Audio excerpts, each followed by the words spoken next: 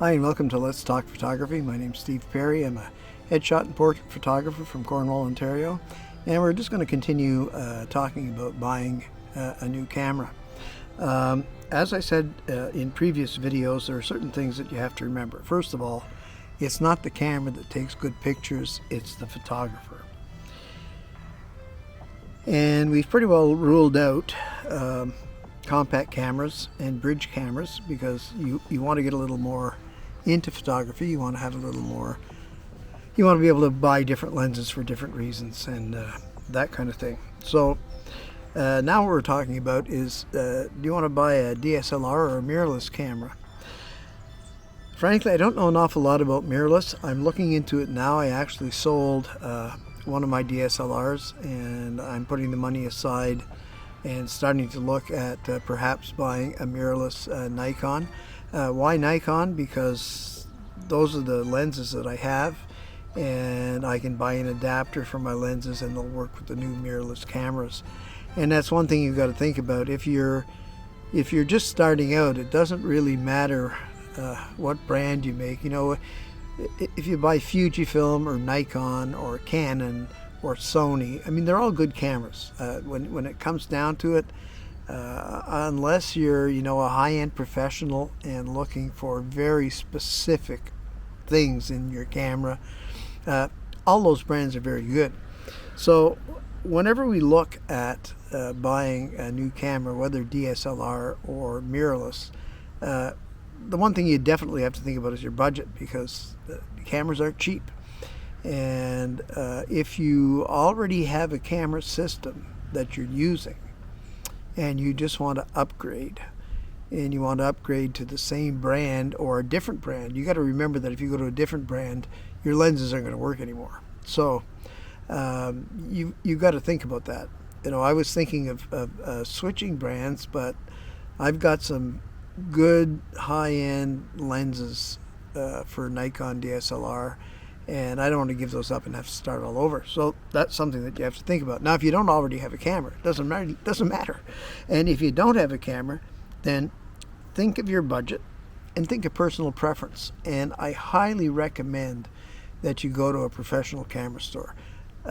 Nothing against Best Buy or Staples, but the people in there aren't camera professionals. They don't really know the products very well.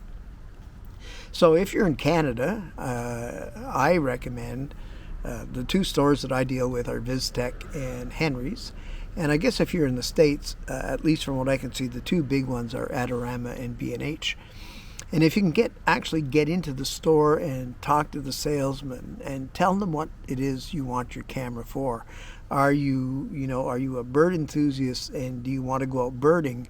If you want that, then you're going to need a camera that has, a fast burst mode, fast autofocus, a decent buffer depth in your camera, and they'll be able to tell you exactly what it is that you need. And they'll also recommend lenses. And of course, when you're first starting off, you got to remember, camera's important, but you can have a significantly less expensive camera, but if you have a really good lens, which everybody calls glass, if you have really good glass, you're going to get fantastic pictures.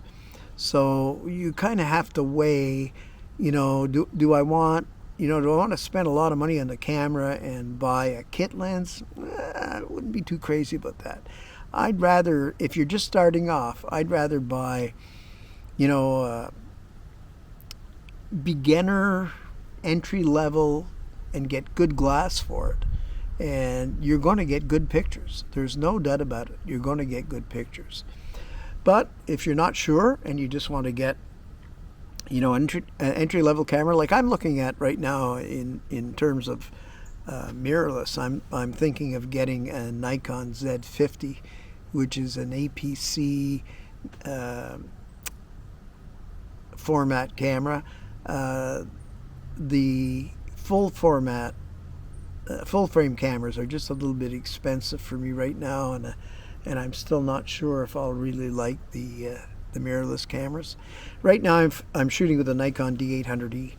It's an old camera, I think it first came out about 12 years ago, but it's 36 megapixels, and I do mostly headshot and portrait photography, and it's incredibly sharp. It's built like a tank. It's just a very, very good camera.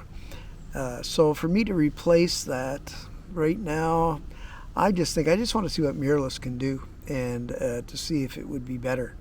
If I'm looking at getting something equivalent, I think, to the D800E in terms of image quality, I'm looking, I don't know, about $4,000 or $5,000, which is a lot of money. So we'll wait and see about that.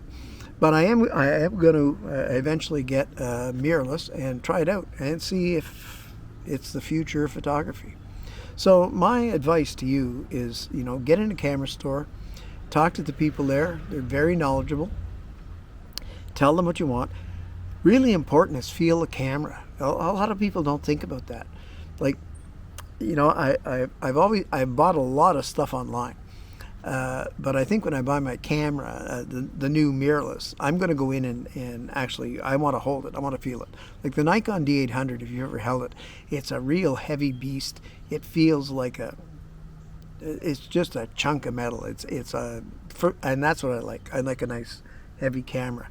Now, mind you, I'm getting older, arthritis in the thumbs, so I could use a much lighter camera with a lighter lens. Just to bop around town, take pictures, do some street photography, some photography in the park, that kind of thing. And that's really what I'm looking for. As far as my headshot and portrait photography, I think I'll be using the D800E for quite a while until it conks out. Because, like I said, the quality of the image is phenomenal. So, advice: think about your budget. Think about what you want the camera for. You're getting more into photography now. You don't want the compact. You don't want the bridge camera. You want something that has interchangeable lenses. You might be thinking of specializing in a particular type of photography, whether it's food, portraits, landscape, that kind of thing. And when you go into a camera store and you talk to the people about that and you tell them, I have a real passion about food. I want a camera that I can take really good food photography pictures with. They'll talk to you about that. And not only will they talk to you about the camera, but they'll also talk to you about other things that you might need to do food photography, such as off-camera flash. That's another whole area. So I hope this has helped a little bit. And get into those camera stores if you're thinking of buying a new camera. Don't worry too much about the brand if you don't already have a camera. They're all good. Get something that really feels good in your hand, and I don't think you can go wrong. So anyhow, until next time, let's talk photography, and we'll talk to you later.